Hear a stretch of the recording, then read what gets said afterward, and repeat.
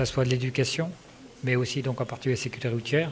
Et dans ce programme TKS, on fait les deux en même temps, c'est-à-dire qu'on va donc dans les écoles pour pouvoir donc essayer donc finalement d'inculquer ou d'éduquer les enfants très jeunes pour qu'ils prennent conscience des risques de la route. Finalement, dans un parcours uniquement aller et venu à l'école, il y a beaucoup de risques, de plus en plus. Ça a été encore évoqué tout à l'heure. Il y a des voitures. On est responsable, bien sûr, en tant que constructeur automobile, de ce trafic. Et donc, il nous paraît tout à fait normal. On le fait maintenant depuis 3 ans.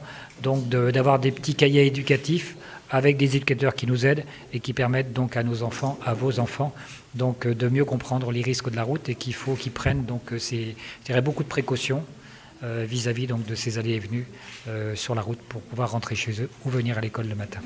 Est-ce que vous avez remarqué un petit retour par rapport aux étudiants? Par rapport au... le retour des élèves, on va le voir. Je pense que quelque part, comme on a vu que les cahiers éducatifs sont quand même très simples, je pense que quelque part, ils seront contents de rentrer avec ce petit cahier ce soir. Et donc, j'espère en faire protéger non seulement leurs parents, parce que leurs parents aussi ont besoin de temps en temps d'être éduqués, mais aussi, donc, bien sûr, les frères et sœurs. Et généralement, il y a des familles où il y a plusieurs frères et plusieurs sœurs, donc qui leur permettent de faire partager et donc finalement de diffuser un petit peu mieux toute cette éducation routière qu'on veut leur donner. Voilà.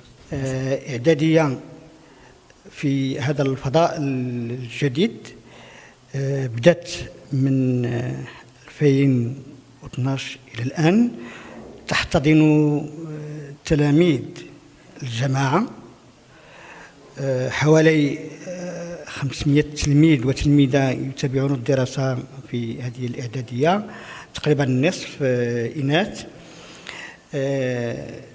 تجيو من مختلف المداشر.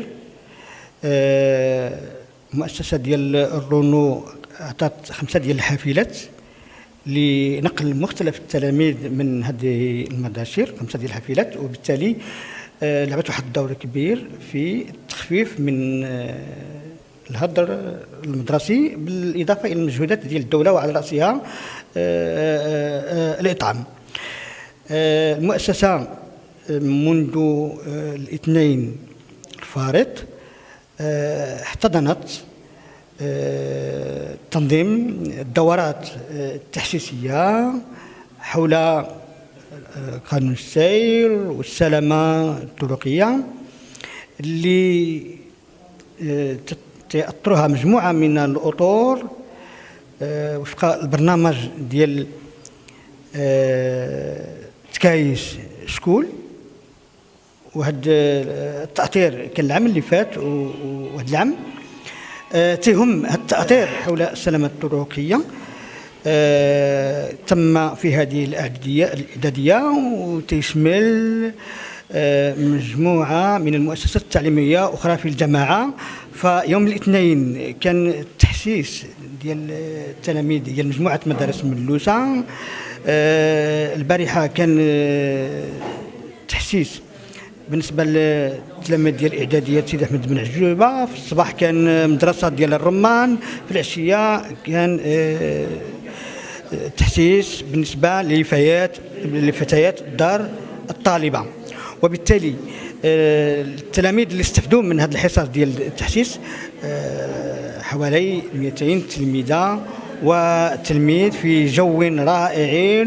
وتوج هذا التحسيس بتقديم مجموعة من الشهادات للتلاميذ، وتنتمنوا أن التلاميذ يكونوا استفدوا من هذه الحصص، سيما وأن المنطقة تتعرف واحد التطور كبير، وخاصة على المستوى ديال التنقل بالنسبة للتلاميذ، فيه طرق، فيه سكك حديدية، فيه طريق سيار، وبالتالي المخاطر كثيرة. وهذه الدورات التحسيسية في وقتها. شكرا. شركة ديال الرونو لذا فيكم جبت لكم نشوف انا الشيء هادي ونشوف هذا الشيء هذا. اسمع اقول اسمع تبارك الله عليكم. اذا نعطيو الكلمه للسيد المدير قبل ما نبداو ديال فحص انجرام بالصحفيين و دونك dans l'école de Moussa, il y a deux groupes. Donc, des orphelins, des combattants qui ont combattu avec le général Franco. Donc, Moussa, c'était connu historiquement. Au point de vue économique, il est entré dans une autre époque. Moussa dormait longtemps. Maintenant, il s'est réveillé. Il avait une amie qui est venue chaque jour avec eux. Rentrée scolaire 2012, et la question pourquoi est-ce qu'il s'est marié, ou que son père ne l'avait pas laissé. Le père de la fille est venu annoncer que il a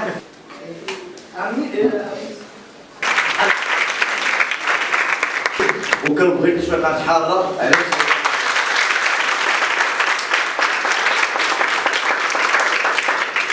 donc de Fiérantaine aux populations qui nous environnent. Et vous le savez, on s'est installé nous à Béloussa, donc on vous a pris un petit peu de terrain.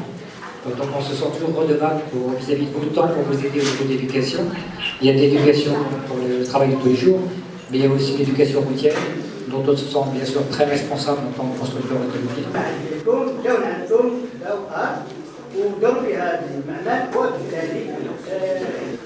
Voilà, donc tous les ans on essaye, donc maintenant depuis combien de temps 3 ans, donc de participer donc à l'éducation, parce que finalement l'éducation routière elle doit démarrer très tôt. De temps en temps, vous devez, j'espère qu'avec ce que vous apprendrez ici, de temps en temps vous direz à vos parents qui ne se comportent pas comme il faut.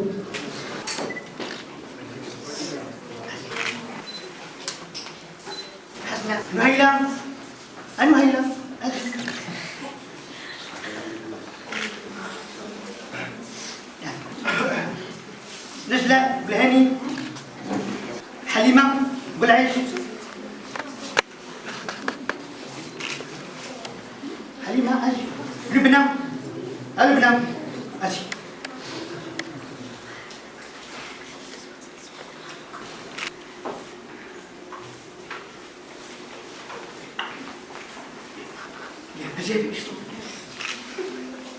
وفاء حمزة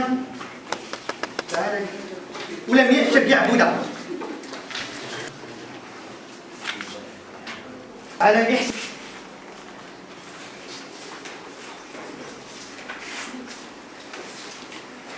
عائشة العقل البطيء عائشة سعد غزيل إحسان عياد غزيل فاطمة الزهراء كاينين حفصة غزيل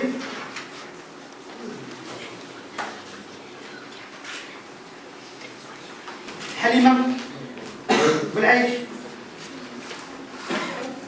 فاطمة السوسي